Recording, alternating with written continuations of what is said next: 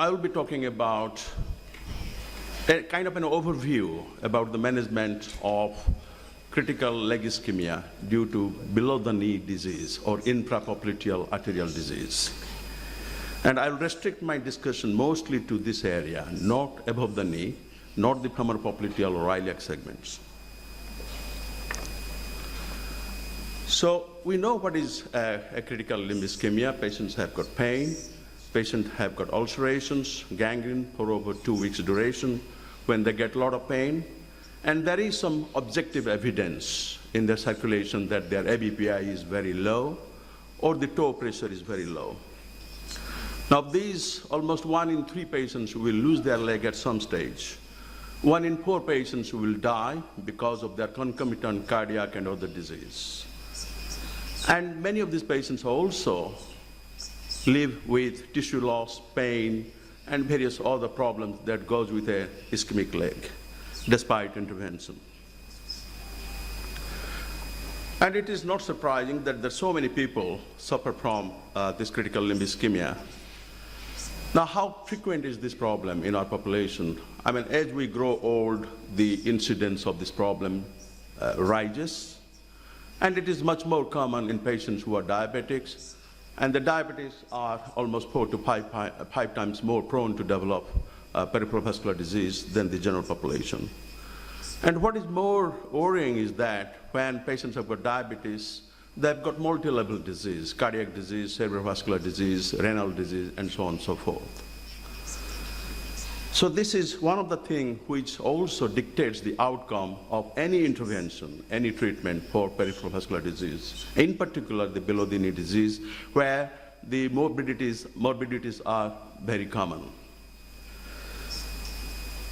The problem of critical limb ischemia starts with both macrovascular disease as well as microvascular disease, when there is a stenosis or narrowing of the major artery, femoral, popliteal, or below-the-knee arteries, and subsequently the flow that goes through the capillary circulation and various biological problems that creates this problem of lack of circulation, and the pharmacological and the various hormones, metabolites that is released. Ultimately, it ends to tissue loss, tissue ischemia, and the pain that is associated with it.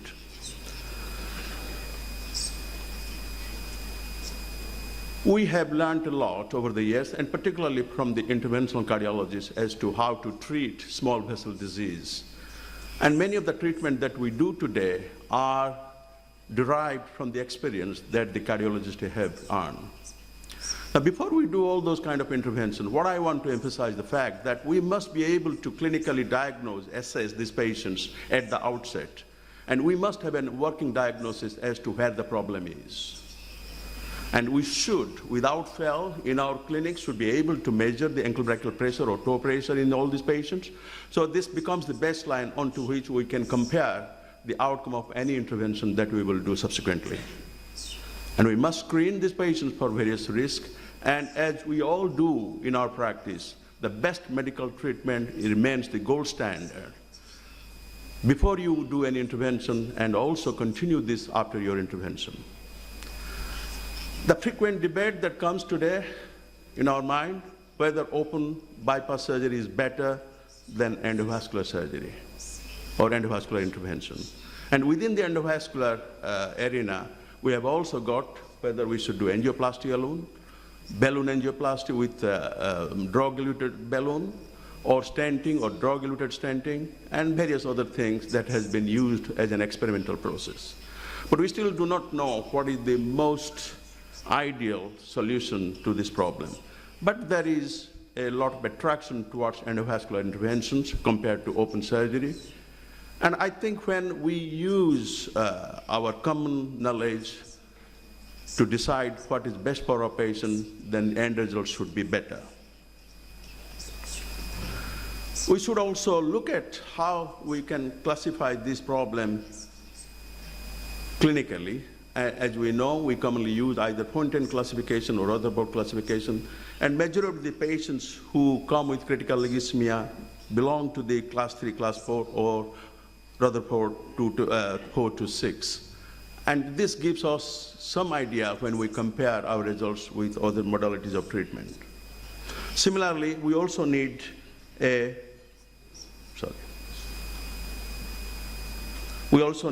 morphological classification for the infrapopliteal arterial disease. And to that, task A, B, C, D are described.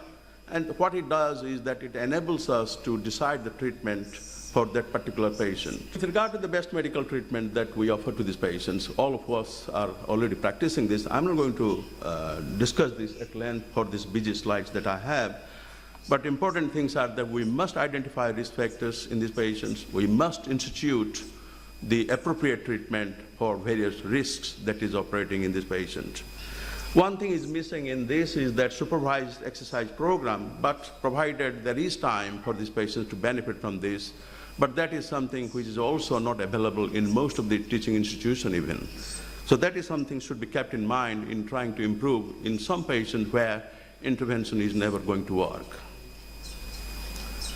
What remains as controversial is the role of hyperbaric oxygen, the role of treatment for hyperhomocystinemia, even sympathectomy.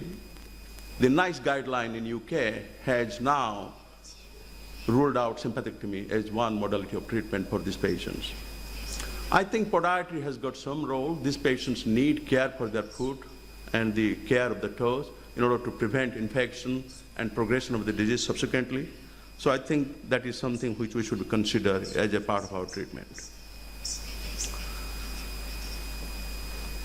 So as I said, that there are different ways of treating these patients when they have got quite severe ischemia, vein bypass, composite bypass, and also sometimes when there is infection and there is no vein available, we can use Omniflow biased synthetic grafts. I don't think prosthetic grafts has got any role in a situation like this when there is a risk of infection and risk of frequent procedures of different kinds. As I said earlier, endovascular intervention remains one of the most attractive solutions to this problem, with angioplasty, stenting, drug-eluting stenting, and so on and so forth. We will discuss this a little bit more in detail in my subsequent slides. There is a lot of interest about drug-eluting stents or balloons, in particular for balloon, which is commonly used, the paclitaxel, and for the stents also sirolimus and other things. The way it works is very interesting, that it prevents neointimal hyperplasia, so the restenosis, by its antimitotic activity. And when you are talking about drug-eluting stents or balloon, what we are considering is the active things, which is the paclitaxel, which is a lipophilic substance, which is coated to the balloon or the balloon mostly when we are talking about drug-eluting balloon, and the excipients, or which is the carrier, which is a hydrophilic substance, which enables the drug to be coated to the area of interest in the artery. But unfortunately, many things which works adversely, particularly when the arteries have got heavy calcification, there is a lot of thrombosis, and these drugs do not penetrate into the arterial wall. And therefore, we see variable response, even though we are using drug-eluting balloon and drug-eluting stents in these patients, and therefore the outcome is not always satisfactory. But this is something which should be kept in mind when you are trying to judge the outcome of these patients when they have been treated with the drug-eluting stents or balloon. So what is the difference between drug-eluting balloon and stents? Thrombosis rate is very high with drug-eluting stents. You have to use dual antiplatelets in order to maintain the patency in patients of the stents. And drug-eluting stents or the stents cannot be used in small vessels, less than 2.5 millimeter. Diffuse lesions, particularly when multisegmental or long segment of disease, stents is also not very favorable. And the availability of the drug, even from the stent, is not as good as it is from the balloon, a drug-eluting balloon. And furthermore, although we have not established, there is a risk that the drug or the paclitaxel that is coated with the balloon or the stents that can go downstream circulation and cause some damage to the tissue and cause non-healing of the tissues. So what I'm going to do now, I'll bring in front of you a number of meta-analyses that has been done comparing drug-eluting balloon with drug-eluting stents and bare metal stents with drug-eluting stents and see how they perform. There are common, very important things that we look for when we are comparing in this area. Number one, whether the intralesional revascularization, ILO, late luminal loss, the risk of major amputations, the risk of death, and the risk of improvement in the outcome of ischemic pain. Now, if you look at this particular slide, I don't know how much you can see, and this is something which was compared between the drug-eluting stents and angioplasty with or without bare metal stents. With regard to target lesion revascularization, that is definitely favorable with the balloon. And also, if you look at the restenosis rate, is drug-eluting balloons perform better than the bare metal stents. And the cumulative results with regard to amputation is also favorable to this. So there is something happening in the use of the drug-eluting balloon or stents. And if you look,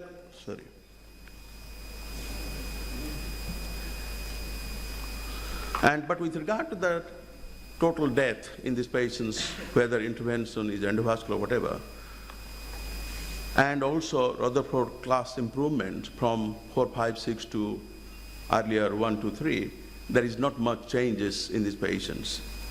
So there are some still doubts as to the overall outcome following treatment of these patients with these modalities.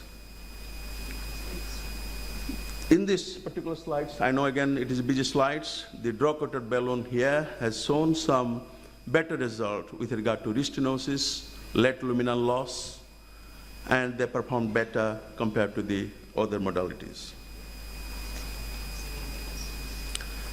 Similarly, again, drug-coated balloon below the knee or infrapopliteal disease, the restenosis rate and the late luminal loss is much better compared to the currently used other stents or bare metal stents.